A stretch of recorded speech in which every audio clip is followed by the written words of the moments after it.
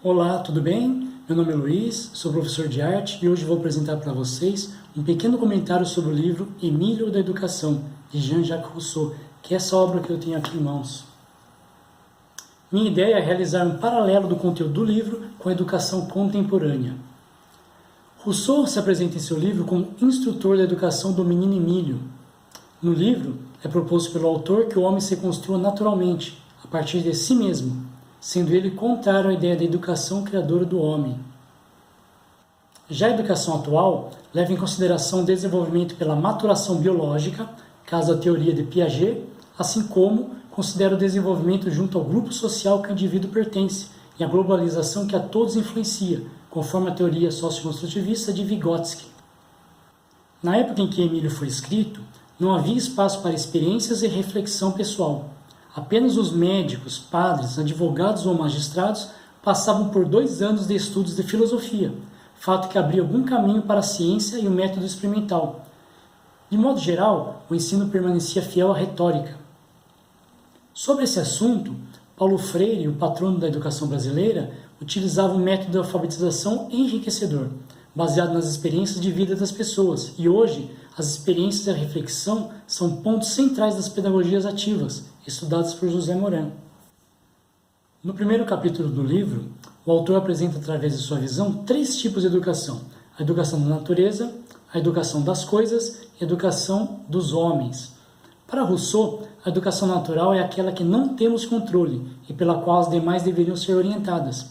Veja essa educação da natureza com forte ligação com o desenvolvimento biológico de maturação, apresentado por Piaget.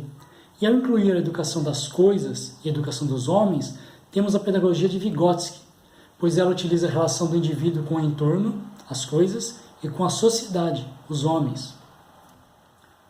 Rousseau nos diz que devemos começar estudando os nossos alunos, para então definir o que será apresentado e ensinado a eles. Vejam quanto atual é esse pensamento de Rousseau. Olhem a importância de uma boa avaliação diagnóstica. Conforme indica Jussara Hoffmann, numa avaliação diagnóstica, podemos reconhecer o aluno como uma pessoa digna de respeito e de interesses. E a partir desse ponto, podemos melhor definir estratégias pedagógicas para a turma e para os indivíduos.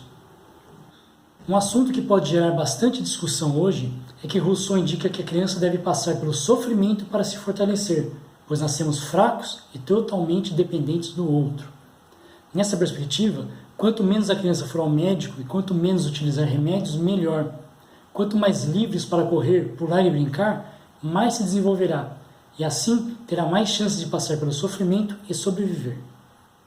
Embora seja bastante estranho para a maior parte das pessoas, esse pensamento pedagógico ainda existe na atualidade. Ele é encontrado nas escolas que desenvolvem a pedagogia Waldorf, abordagem baseada na filosofia da educação do filósofo austríaco Rudolf Steiner, fundador da antroposofia, que apresenta uma visão holística, onde o todo é maior que a soma das partes, integrando o desenvolvimento físico, espiritual, intelectual e artístico de cada aluno. E olha que interessante, temos uma dessas escolas aqui em São José dos Campos, o Jardim da Infância Jardim Aurora.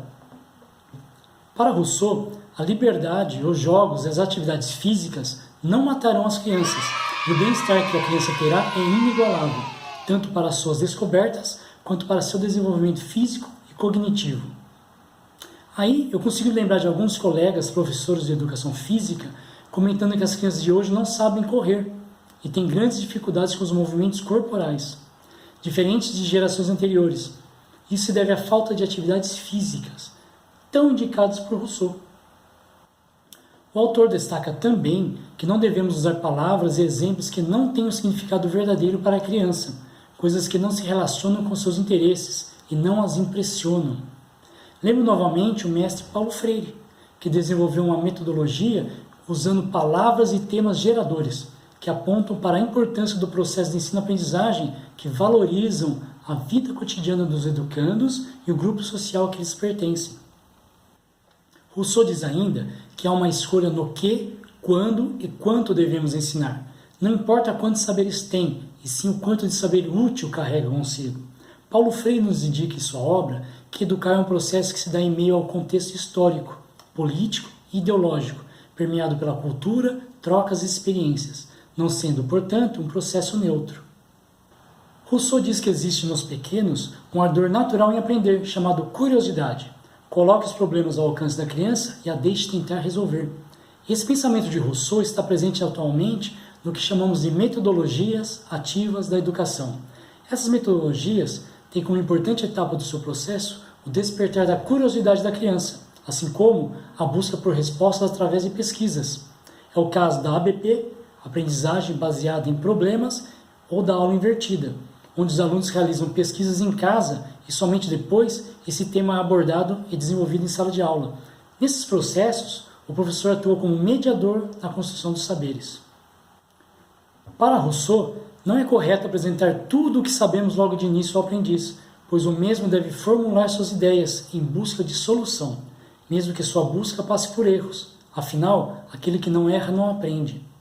As metodologias ativas trabalham nesse sentido, através de avaliações formativas que auxiliam o aluno a compreender seu estágio atual, seu processo de aprendizagem e também onde e por que, dentro de um processo, cometeu um erro diante do que foi proposto. Assim, o erro é trabalhado de forma positiva. Com relação às experiências do fazer, tão exaltadas por Rousseau, é importante dizer que elas são o foco do movimento maker, que prioriza o fazer com as próprias mãos.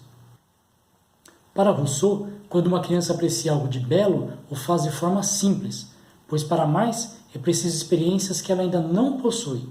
Então, não façamos discursos preenchendo essa lacuna, procurando explicar o que eles não conseguem ainda compreender.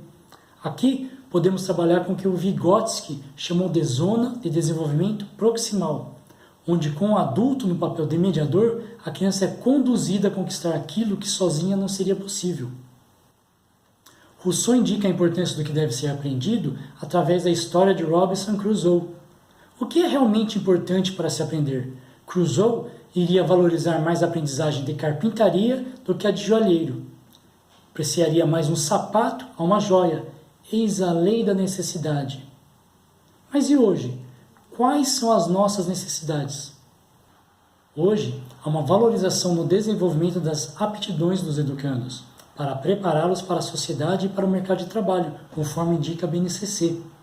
É diante das necessidades dessa sociedade que as metodologias ativas buscam incluir as TDICs, tecnologias digitais de informação e comunicação, em seus projetos, visando atender uma demanda social cada vez maior de aprendizagens ligadas às tecnologias. Alguns exemplos são as abordagens STEM, Maker e a plataforma Scratch Brasil para a criação de games. Sobre o ato de lecionar, Rousseau diz que o talento de instruir consiste em fazer com que o discípulo aprecie a instrução.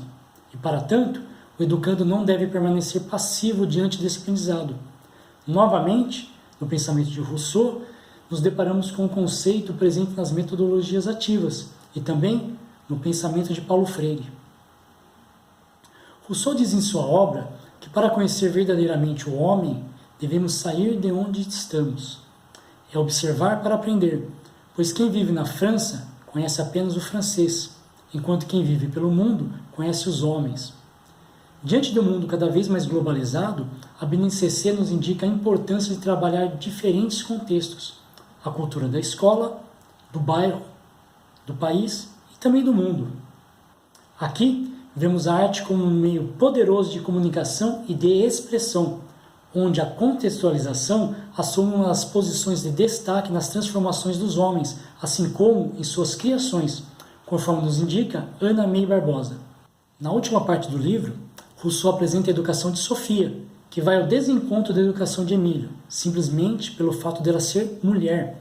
Tais ideias já não eram totalmente aceitas em seu tempo, e pensando na educação contemporânea, em meio a uma sociedade construída através de lutas de diversas minorias em busca de igualdade, tais propostas são simplesmente absurdas. Agora, encerro citando o que o autor nos diz nesta obra, que educar sem objetivo bem definido é algo deveras vago. A instrução deve ter objetivo e um caminho bem traçado, para então ser seguido. Um abraço.